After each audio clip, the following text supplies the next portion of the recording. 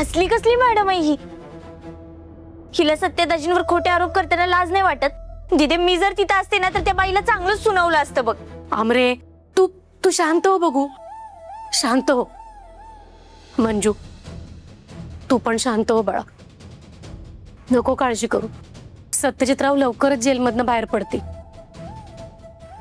आणि सगळं नीट होईल. त्याच आशेवर आहे मी.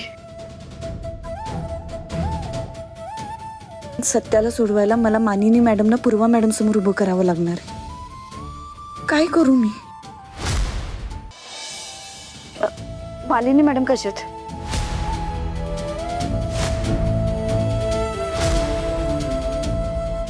काय झालं? ठीक आहेत ना त्या? नाही दिदे, अगं त्यांच्यात काही सुधारणा झालेली नाहीये. पहिल्यासारखीच अवस्था आहे त्यांची. कुठे आहेत त्या आता? चल, स्वतःच्या डोळ्यानेच बघ.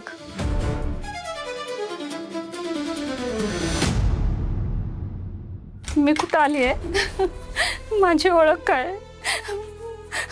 मी कुठे आहे? हे माझं घर नाहीये. मला इथं नाही थांबायचंय. मला घरी जायचंय. मला जायचंय. मला माझ्या घरी जायचंय.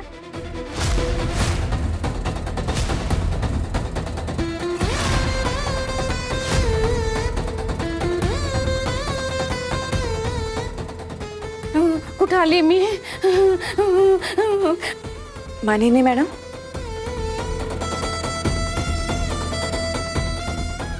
मानिनी मॅडम, माझं घर कुठे आहे? मला माझ्या घरी जायचंय. मला माझ्या घरी मॅडम.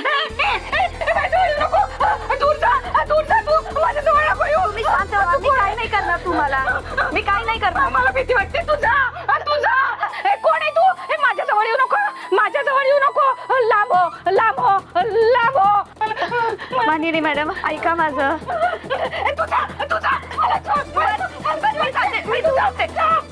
मी दूर जाते. मला कोण आहे? बघितलंच दिदे, हे असं चाललंय. काहीच खात पित नाहीत. औषधं खायला पण नको म्हणतात. लय समजवल्यावर कुठं औषधं घेतात. आणि अगं मधीच ओरडतात, मधीच शांत बसतात, मधीच काहीतरी बडबड करायला लागतात.